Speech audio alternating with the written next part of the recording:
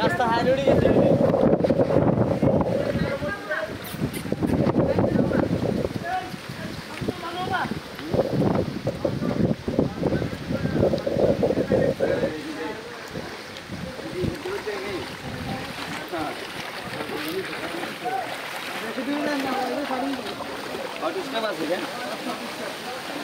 এটা হলো মসজিদ রোড, নিজামদ্বীপ নামার বাজার মসজিদ রোডে পানি, সবাই মসজিদ দেখতে যাইতেছে। নামার বাজার মসজিদের ভিতরে অনেক পানি আসা যাওয়া করতেছে, তাই মসজিদের কাজ পানির কোলে, পানির প্রেসারে সব কিছু ভেঙে গেছে।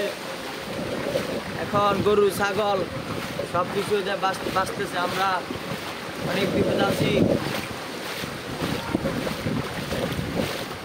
আমাদের এদিকে কিছু হলে এনে পানি উঠে যায়।